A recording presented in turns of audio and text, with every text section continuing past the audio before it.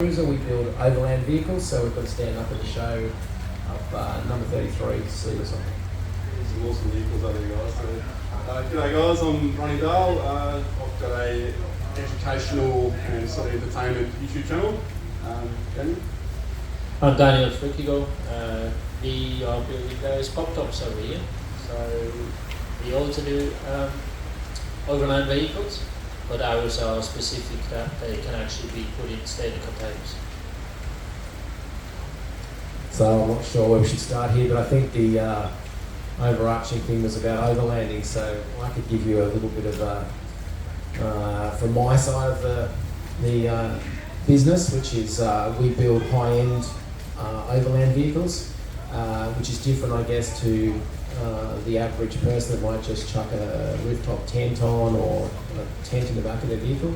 Our vehicles are specifically built to travel around the world, and we have internal facilities within the business as well to help those customers do that, from assisting with travel to assisting with carnets and shipping and insurance and the rest of it.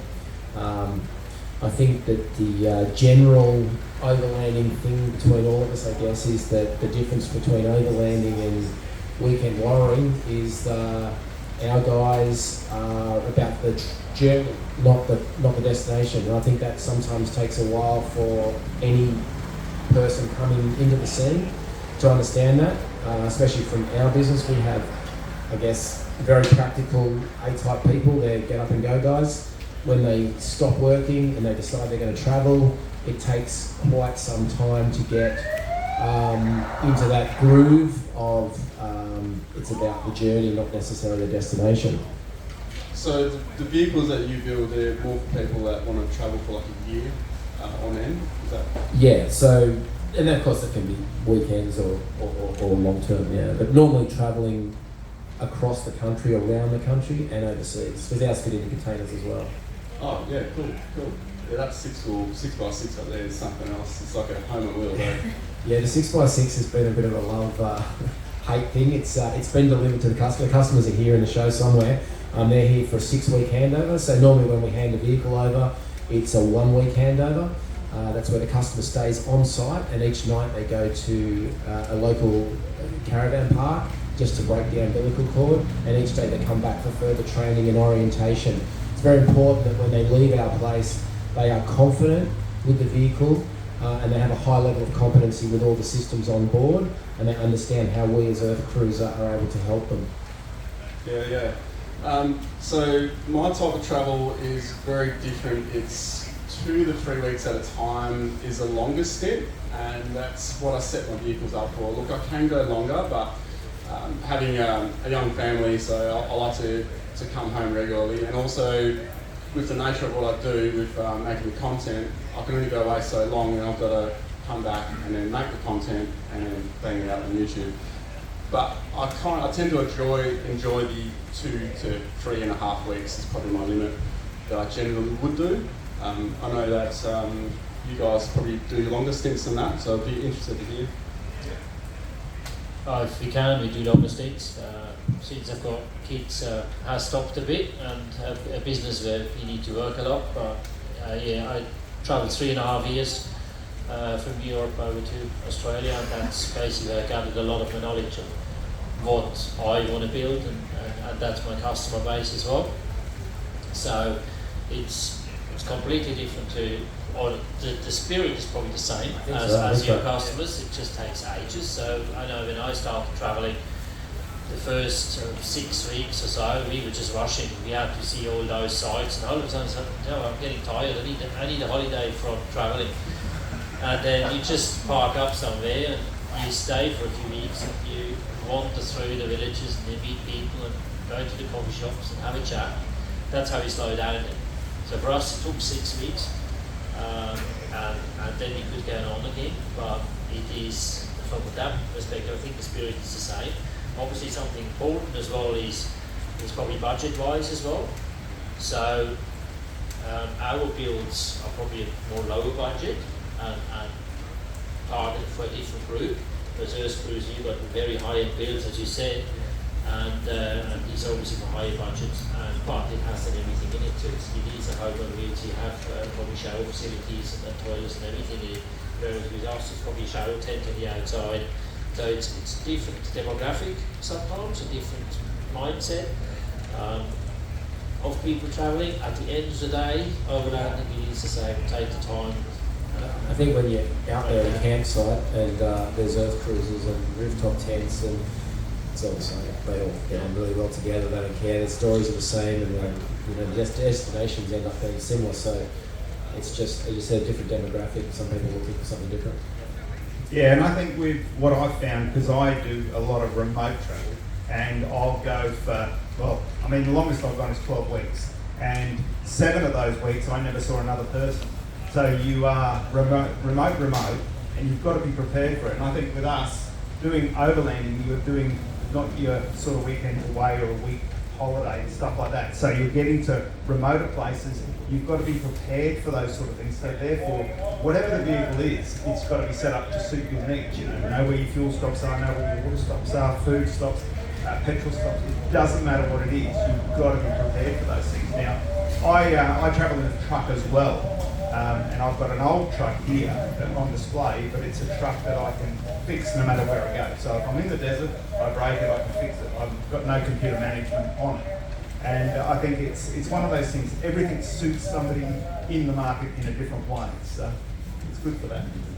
Yeah, definitely. Everything sits around in a different way, and it goes from suspension to electrical, and I mean that's what everyone's going to be talking about today. All these different aspects of what it is, and try and cover the whole broadness of it. Because as you'll probably mention when you talk about the electrics, how my setup of that's probably the one thing that I've failed a little bit in my vehicle. But you have to stay tuned to hear what that is. But it's a great system, but I just don't have enough. And Jamie will fill you guys in on that one a bit later on. But yeah, the other thing as well, the longer you go, the more stuff you've got to carry. And I guess you've got limited fridge space and stuff, so you also need to then start looking at food that lasts longer and things like that. Because what if your fridge fails and stuff? You always got to have your backup food. And we always do have backup food as well. We take 2 fridges. What's that? We have 2 fridges. Yeah. So that's where the difference is, and spare parts as well. But we do run out of GVM if we're not careful. Yeah. GVM's the overall weight of the vehicle, and obviously it's rated by different categories of vehicle. But yeah, you'll always run out of weight. And that thing that you said about going away and taking too much, our customers typically take, maybe the first 6 trips, where they take everything, and then they drop it down, and they drop it down, and they drop it, and then it's like before that's what I told you you shouldn't take it. Oh yeah, we get it now. The funny part was about probably 20 years ago in my shop, I used to start doing a lot of remote setups for people with the 12-volt wheels and stuff like that. And they'd come to my place, they would then unload. And they'd go, well, we don't need this anymore. Can we leave this here? We don't need that anymore. And it's quite interesting to actually see that. But now people are, they're more wiser about that. They look for when they buy light stuff to suit the needs. It's really cool. And lighter stuff is generally comes at a higher price as well. Yeah. So, but it's worth it. It's honestly worth having not all the gear, because you have just what you need, and you're not going to overload your vehicle. So often I'll go away, I'll come back, and I'll look at my gear and go, what didn't I use? Why didn't I use it? Is it a spare part? Well, that's got to stay in there, because you don't need it, but when you don't have it, that's when you're going to need it. But there's many things are not necessary. Well, I think even on spare parts is an interesting conversation we have with customers where they'll take an oil filter, and I'll say, why take an oil filter? And they go, it's a spare part. Well, it's not a breakdown part. Maybe a fuel filter is.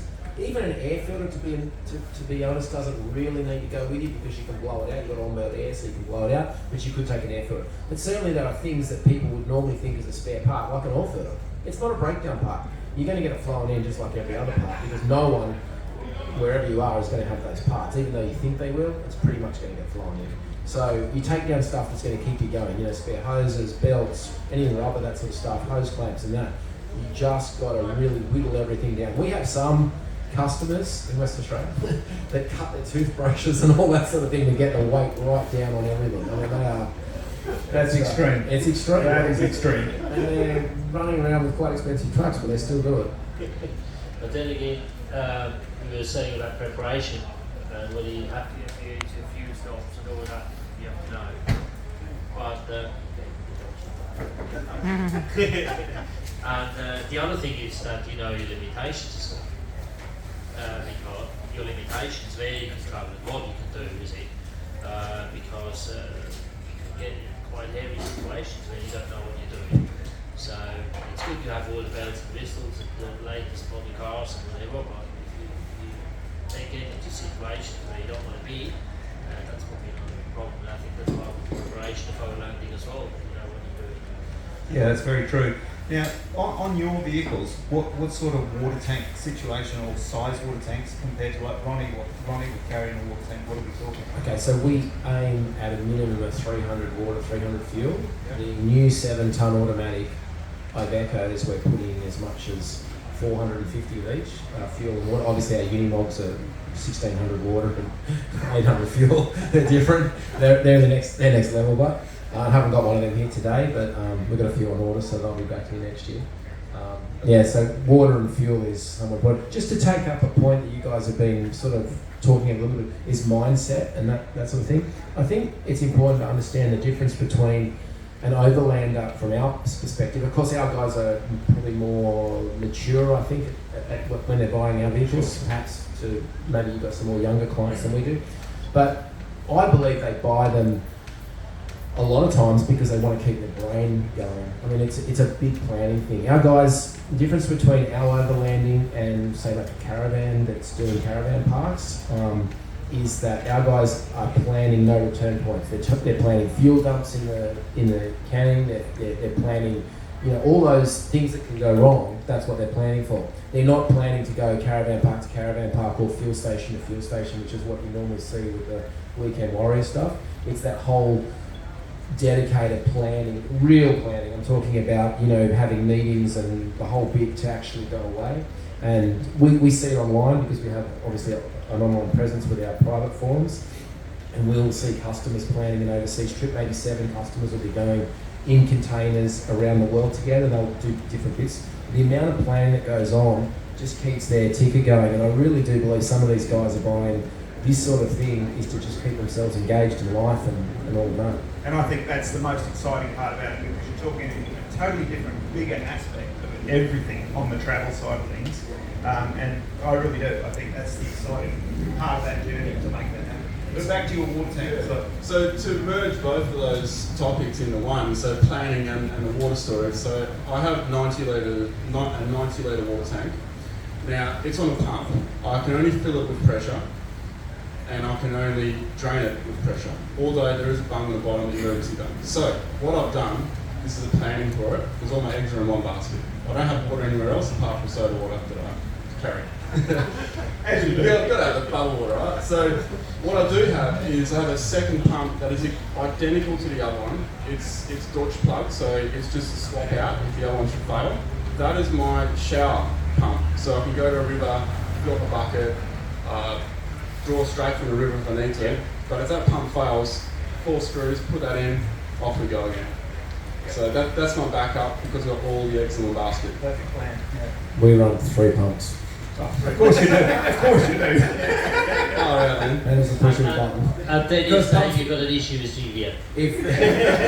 Well, we run two main pumps and a wash pump. All can be used for the same thing, just by either turning a valve or switching a different button. But again, it is about redundancy, and people are paying us to make sure that if they get stuck and they can get to us, if they can't remember how to do it, we're able to give them some workarounds to keep going. I mean, the main thing is to keep them going and get them to a place where they can either get it dealt with or, you know, we can get to it, whatever. How big's your toothbrush? Yeah, no, mine are full size. I mean, the other thing is that let's continue with water here. Then when we build our cars, normally they have about 90 litres of water. That's what you actually put in. But we educate people as well on how you can save water.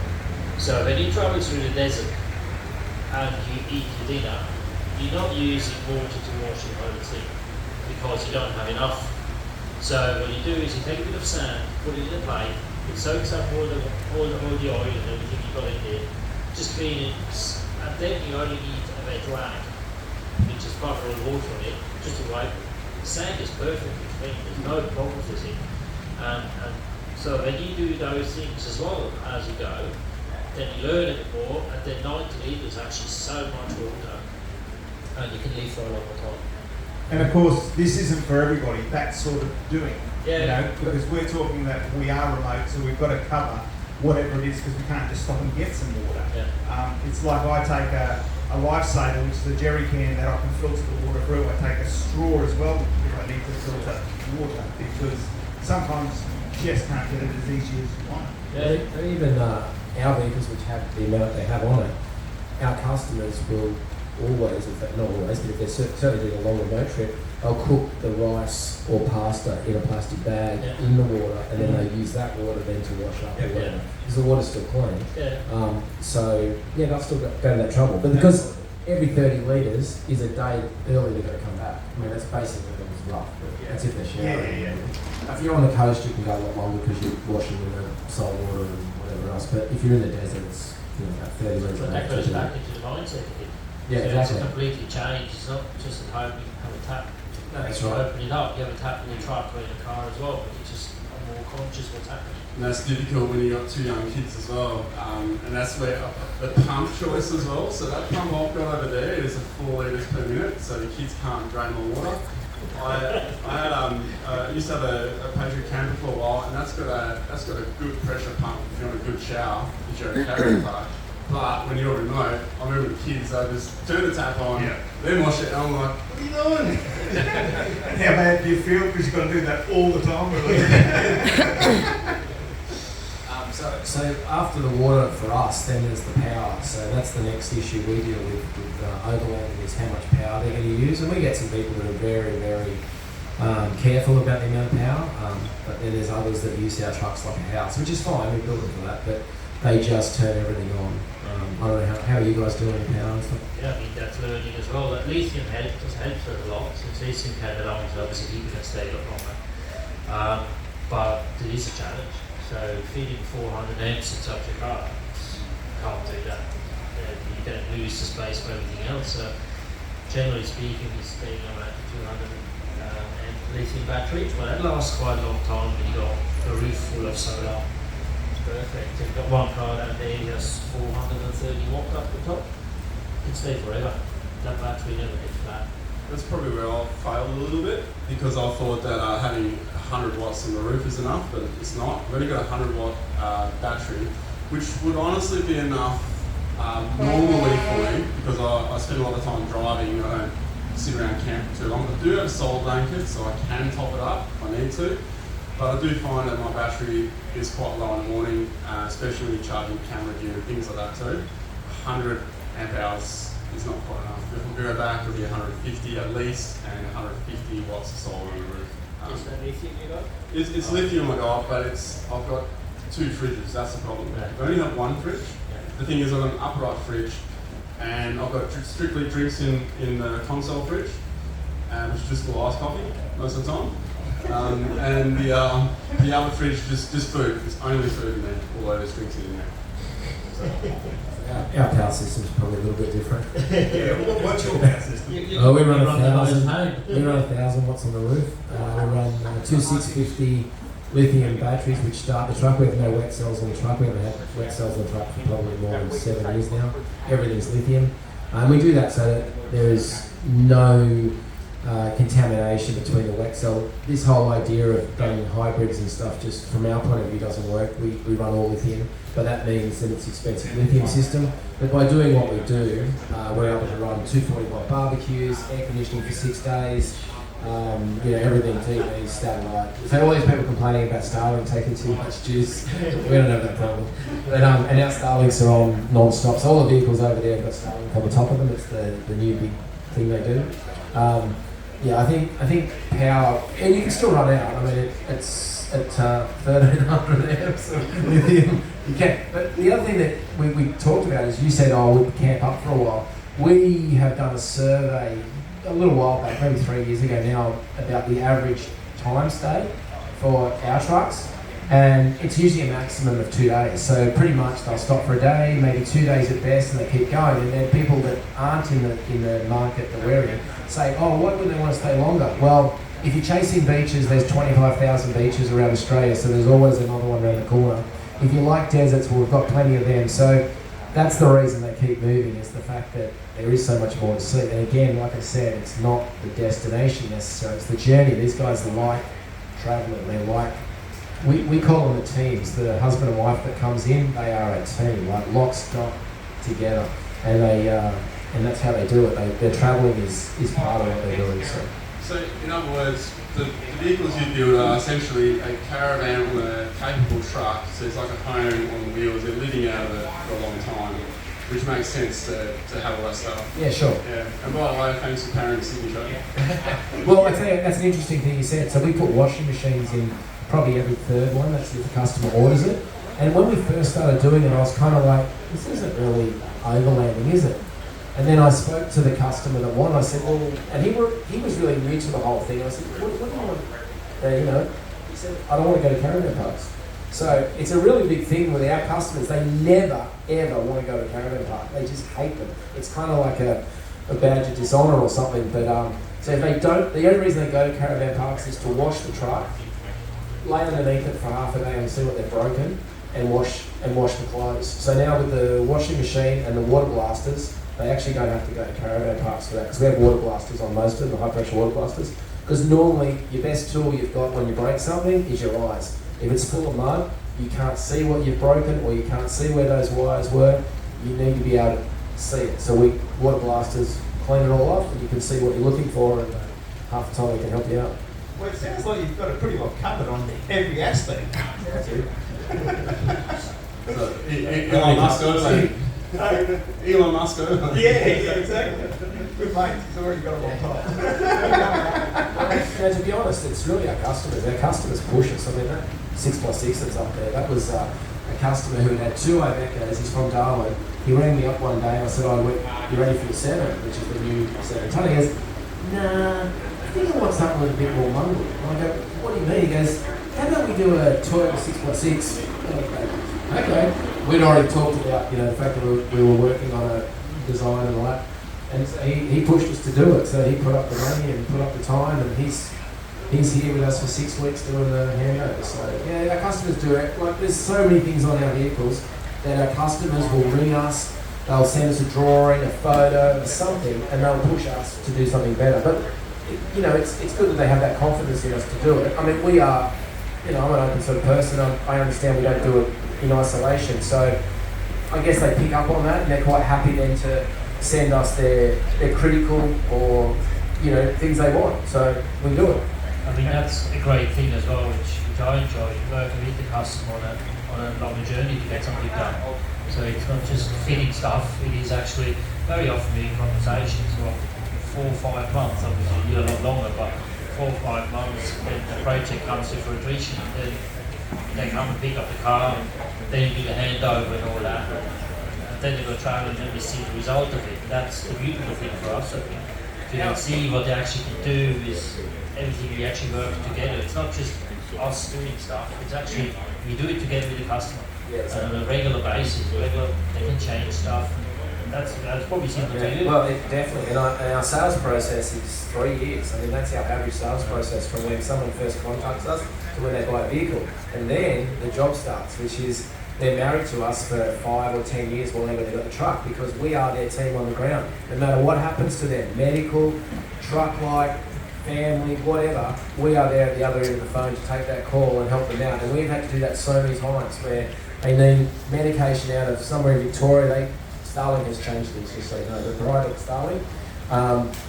We would have to do that for them, and we would have to get, I got photos of springs, front springs on a donkey going into the back of the Himalayas, delivering to a customer that broke his front springs. So that's what we do. We're their team, we're their workshop on the ground. A lot of these people don't have extended families, and even if they do, they're not capable of doing what a team of maybe 6 or 8 of us on computers can do to source something. And that's the bit we don't sell. We can't sell that. It's very hard to promote that. But in actual fact, I think it's the best bit, which is what you're saying, is that journey they're prepared for, we're there the whole time. It's a marriage.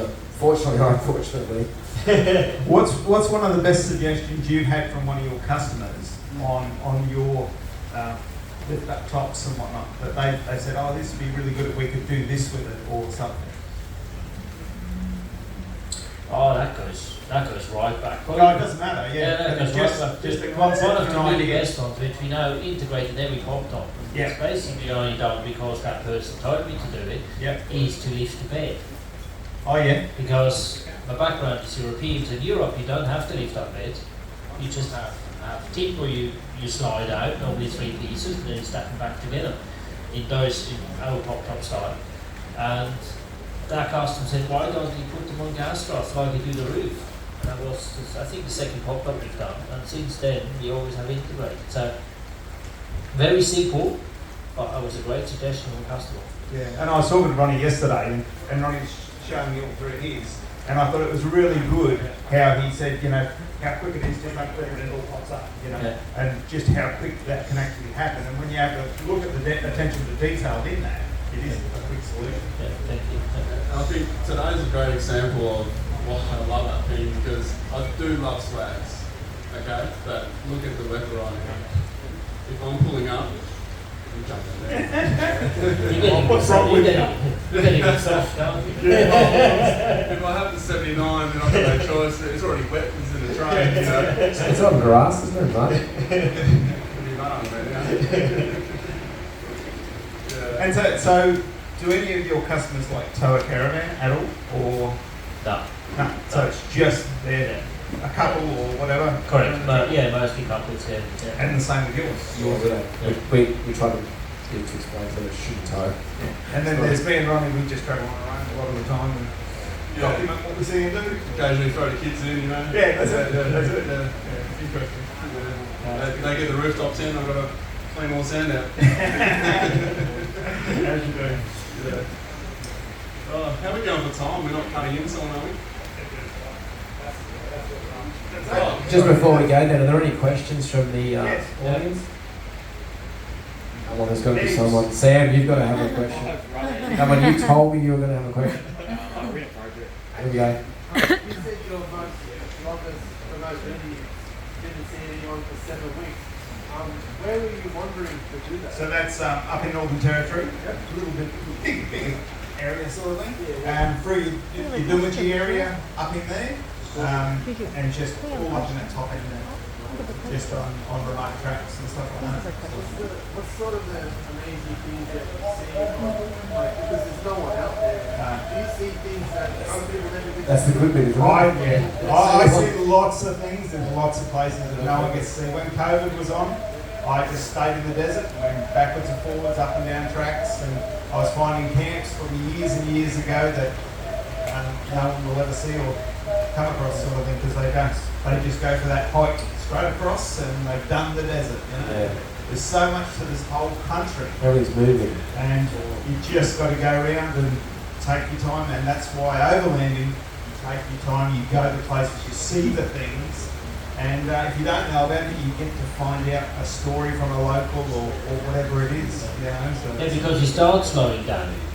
Yeah. And then you have to time to actually have a chat at the petrol station, you're local for half an hour. I Or would- you ask a silly question, not a silly question, but you ask the question, where do you go camping on a weekend here? Because everybody does it, and he gives you that most beautiful water hole or that most beautiful rock face. Absolutely. And you will never find it. No, I spent just in the very top of the Cape. I spent 11 weeks, not last year, the year before. Yeah, just in doing tracks up there. So, but any other questions? Another interesting question. Okay. Well, is there any, Australia doesn't have any real wild animals or anything, is there? Like in the States there's bears and there's wolves and stuff. It's not really too dangerous out here. Are you serious? Crocodiles. Snakes. Don't go swimming. When you're alone, you'll find some creatures and some animals and some all sorts of things. Camels are pretty awesome when they're knocking on your window in the middle of the night. They're interesting. They're big. But also male camels can get quite aggressive, and I didn't know about this until I waited for Chris to get a camera shot of the camels. Yeah, we got that, and I was trying to sneak up to get closer. They spotted me, So I started chasing them, trying to get this photo, just on foot, right? And came back, and then Chris told me about, like, you know, if a male camel is on heat and you go near it, he's going to chase you until you are gone. And I didn't know that. There you go. So, I didn't know that either. So luckily I learned that lesson the easy way. So I don't chase camels. All right, we better wrap this up. Well, thanks thank for. Appreciate it. If you want to come and see us, we're up on stand 33C or A, whatever it is up there. Come and have a chat. It's a power grid. We're not plugged in. If you haven't looked at our trucks, we have no power leads. Actually, one last question. Yeah. Do any of your vehicles, I'm sure they do, desal plan? We've had people ask about it, but there's lots of reasons why it hasn't ever gone forward. There's not really a need for it here. I think some of our customers from overseas probably would enjoy it more, but there's always a place to get water there. And we have massive filtration systems where we can basically suck out of anywhere and reuse that water. So Hey, I wouldn't expect anything less. no, we have got that system on file. We just don't use it. And also, I'm just up on the Tent stand if anyone wants to come and have a yak or anything. So just come say good day and whatnot. It's just over here. On the Sunday. Perfect. All right, thank you. Cool. Cheers, guys. Cheers. Thank you. Do you want to-